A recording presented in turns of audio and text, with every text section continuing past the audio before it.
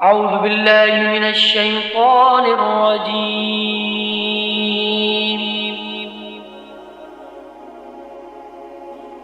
بسم الله الرحمن الرحيم.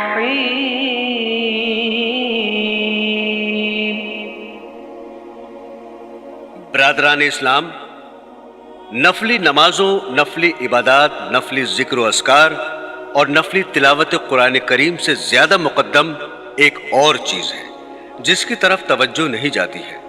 وہ یہ ہے کہ اس مہینے کو گناہوں سے پاک کر کے گزارنا، کہ اس ماہ میں ہم سے کوئی گناہ سرزد نہ ہو۔ اس مبارک مہینے میں آنکھ نہ بہکے، نظر غلط جگہ پر نہ پڑے، کان غلط چیزیں نہ سنے، زبان سے کوئی غلط کلمہ نہ نکلے، اور اللہ تبارک و تعالیٰ کی معصیت سے مکمل اجتناب ہو۔ یہ مبارک مہینہ اگر اس طرح گزار لیا، پھر چاہے ایک نفلی رکعت نہ پڑھی ہو اور تلاوت زیادہ نہ کی ہو اور نہ ذکر و اذکار کیا ہو، لیکن گناہوں سے بچتے ہوئے، اللہ کی معصیت اور نافرمانی سے بچتے ہوئے یہ مہینہ گزار دیا، تو آپ قابل مبارکباد ہیں، اور یہ مہینہ آپ کے لیے مبارک ہے۔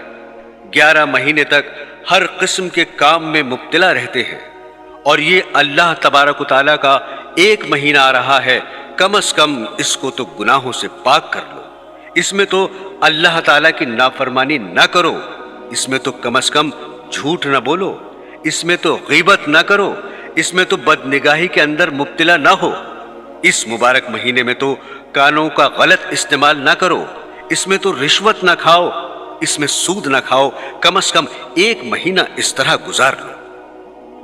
عزیزان گرامی، روزے تو ماشاءاللہ بڑے ذوق و شوق سے رکھ رہے ہیں، لیکن روزے کے کیا معنی ہیں؟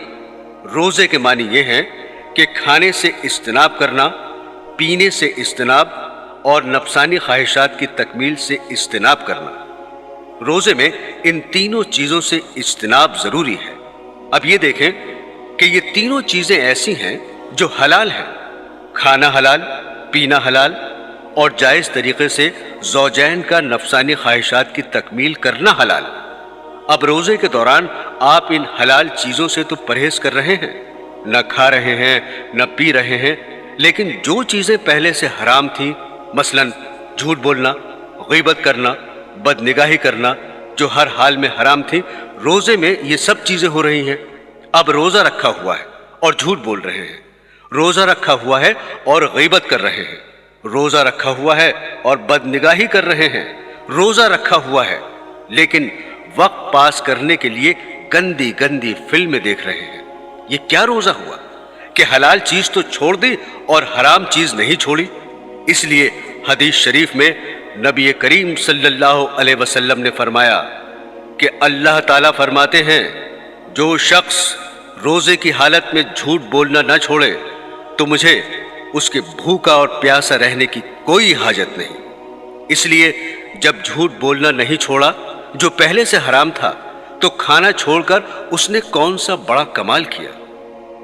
اگرچہ فقہی اعتبار سے روزہ درست ہو گیا، اگر کسی مفتی سے پوچھو گے کہ میں نے روزہ بھی رکھا تھا اور جھوٹ بھی بولا تھا، تو وہ مفتی یہی جواب دے گا کہ روزہ درست ہو گیا، اس کی قضا واجب نہیں، لیکن اس کی قضا واجب نہ ہونے کے باوجود اس روزے کا ثواب اور برکات ملیا میٹ ہو گئے، اس واسطے کہ تم نے اس روزے کی روح حاصل نہیں کی۔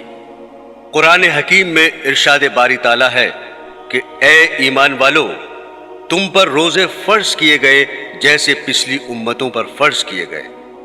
کیوں روزے فرض کیے گئے؟ تاکہ تمہارے اندر تقوی پیدا ہو، یعنی روزہ اصل میں اس لیے تمہارے ذمے شروع کیا گیا تاکہ اس کے ذریعے تمہارے دل میں تقوی کی شمع روشن ہو۔ اب سنیے روزے سے تقوی کس طرح پیدا ہوتا ہے۔ بعض علماء کرام نے فرمایا کہ روزے سے تقوی اس طرح پیدا ہوتا ہے کہ روزہ انسان کی قوت حیوانیہ اور قوت بہیمیہ کو توڑتا ہے۔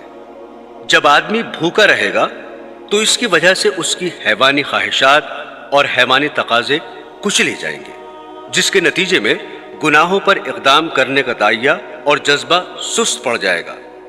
لیکن ہمارے حضرت مولانا شاہ اشرف علی تھانوی رحمت اللہ علیہ نے فرمایا کہ صرف قوت بہیمیہ توڑنے کی بات نہیں، بلکہ بات دراصل یہ ہے کہ جب آدمی صحیح طریقے سے روزہ رکھے گا تو یہ روزہ خود تقوی کی ایک عظیم الشان سیڑھی ہے۔ اس لیے کہ تقوی کے کیا معنی ہے؟ تقوی کے معنی یہ ہے کہ اللہ جل جلالہ کے عظمت کے استحضار سے، اس کے گناہوں سے بچنا، یعنی یہ سوچ کر کہ میں اللہ تعالیٰ کا بندہ ہوں اور اللہ تعالیٰ مجھے دیکھ رہے ہیں، اللہ تعالیٰ کے سامنے حاضر ہو کر مجھے جواب دینا ہے اور اللہ تعالیٰ کے سامنے پیش ہونا ہے۔ اس تصور کے بعد جب انسان گناہوں کو چھوڑتا ہے تو اسی کا نام تقوی ہے۔ جیسا کہ اللہ تعالیٰ فرماتے ہیں، جو شخص اس بات سے ڈرتا ہے کہ مجھے اللہ تعالیٰ کے دربار میں حاضر ہونا ہے اور کھڑا ہونا ہے، اور اس کے نتیجے میں وہ اپنے آپ کو ہوائے نفس اور خواہشات سے روکتا ہے، یہی تقوی ہے۔ لہذا روزہ حصول تقوی کے لیے بہترین ٹریننگ اور بہترین تربیت ہے۔ جب روزہ رکھ لیا تو آدمی پھر کیسے ہی گناہگار، خطاکار اور فاسق و فاجر ہو، جیسا بھی ہو، لیکن روزہ رکھنے کے بعد اس کی یہ کیفیت ہوتی ہے کہ سخت گرمی کا دن ہے، سخت پیاس لگی ہوئی ہے، کمرے میں اکیلا ہے، کوئی دوسرا پاس موجود نہیں، اور دروازے پر کنڈی لگی ہوئی ہے، اور کمرے میں فریج موجود ہے، اور اس فریج میں ٹھنڈا پانی موجود ہے۔ اس وقت انسان کا نفس یہ تقاضا کرتا ہے کہ شدید گرمی کے عالم میں ٹھنڈا پانی پی لو، لیکن کیا وہ شخص فریج سے ٹھنڈا پانی نکال کر پی لے گا؟ ہرگز نہیں پیے گا۔ حالانکہ اگر وہ پانی پی لے تو کسی بھی انسان کو کانوں کان خبر نہ ہوگی، کوئی لعنت اور ملامت کرنے والا نہیں ہوگا، اور دنیا والوں کے سامنے وہ روزہ دار ہی رہے گا، اور شام کو باہر نکل کر آرام سے لوگوں کے ساتھ افطاری کھا لے تو کسی شخص کو بھی پتہ نہیں چلے گا کہ اس نے روزہ توڑ دیا ہے۔ لیکن اس سب کے باوجود وہ پانی نہیں پیتا ہے۔ کیوں نہیں پیتا؟ پانی نہ پینے کی اس کے علاوہ کوئی اور وجہ نہیں ہے کہ وہ یہ سوچتا ہے کہ اگرچہ کوئی مجھے نہیں دیکھ رہا ہے، لیکن میرا مالک جس کے لیے میں نے روزہ رکھا ہے وہ تو مجھے دیکھ رہا ہے۔ اسی لیے اللہ جل شانہ فرماتے ہیں کہ روزہ میرے لیے ہے، لہٰذا میں ہی اس کی جزا دوں گا۔ اور اعمال کے بارے میں تو یہ فرمایا کہ کسی عمل کا 10 گنا اجر، کسی عمل کا 70 گنا اجر، اور کسی عمل کا 100 گنا اجر ہے، حتیٰ کہ صدقہ کا اجر 700 گنا ہے۔ لیکن روزے کے بارے میں فرمایا کہ روزے کا اجر میں دوں گا، کیونکہ روزہ اس نے صرف میرے لیے رکھا تھا، اس لیے کہ شدید گرمی کی وجہ سے جب حلق میں کانٹے لگ رہے ہیں اور زبان پیاس سے خشک ہے اور فریج میں ٹھنڈا پانی موجود ہے، تنہائی ہے اور کوئی دیکھنے والا بھی نہیں ہے، اس کے باوجود میرا بندہ صرف اس لیے پانی نہیں پی رہا ہے کہ اس کے دل میں میرے سامنے کھڑا ہونے اور جواب دہی کا ڈر اور احساس ہے۔ اس احساس کا نام تقوی ہے۔ اگر یہ احساس پیدا ہو گیا تو تقوی بھی پیدا ہو گیا۔ لہٰذا تقوی روزے کی ایک شکل بھی ہے اور اس کے حصول کی ایک سیڑھی بھی ہے۔ اس لیے اللہ تعالیٰ نے فرمایا کہ ہم نے روزے اس لیے فرض کیے تاکہ تقوی کی عملی تربیت دے۔ لہٰذا جب تم روزے کے ذریعے یہ عملی تربیت حاصل کر رہے ہو تو پھر اس کو اور ترقی دو اور آگے بڑھاؤ۔ لہٰذا جس طرح روزے کی حالت میں شدت پیاس کے باوجود پانی پینے سے رک گئے تھے اور اللہ تعالیٰ کے خوف سے کھانا کھانے سے رک گئے تھے، اور اسی طرح جب کاروباری زندگی میں نکلو اور وہاں پر اللہ کی معصیت اور نافرمانی کا تقاضا اور داعیہ پیدا ہو تو یہاں بھی اللہ کے خوف سے اس معصیت سے رک جاؤ۔ لہٰذا 1 مہینے کے لیے ہم تمہیں ایک تربیتی کورس سے گزار رہے ہیں، اور یہ تربیتی کورس اس وقت مکمل ہوگا جب کاروباری زندگی میں ہر موقع پر اس پر عمل کرو، ورنہ اس طرح یہ تربیتی کورس مکمل نہیں ہوگا کہ اللہ کے خوف سے پانی پینے سے تو رک گئے اور جب کاروباری زندگی میں نکلے تو پھر آنکھ غلط جگہ پر پڑ رہی ہے، کان بھی غلط باتیں سن رہے ہیں، زبان سے بھی غلط باتیں نکل رہی ہیں۔ اس طرح تو یہ کورس مکمل نہیں ہوگا۔ عزیزان گرامی، جس طرح علاج ضروری ہے اسی طرح پرہیز بھی ضروری ہے۔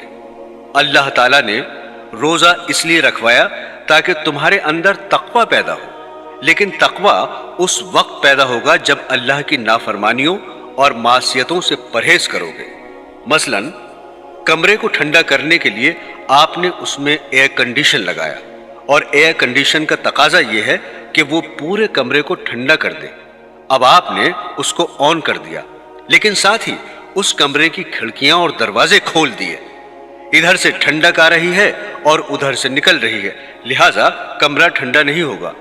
بالکل اسی طرح یہ سوچئے کہ روزہ کا ایئر کنڈیشن تو آپ نے لگا دیا، لیکن ساتھ ہی دوسری طرف اللہ کی نافرمانی اور معصیتوں کے دروازے اور کھڑکیاں کھول دی۔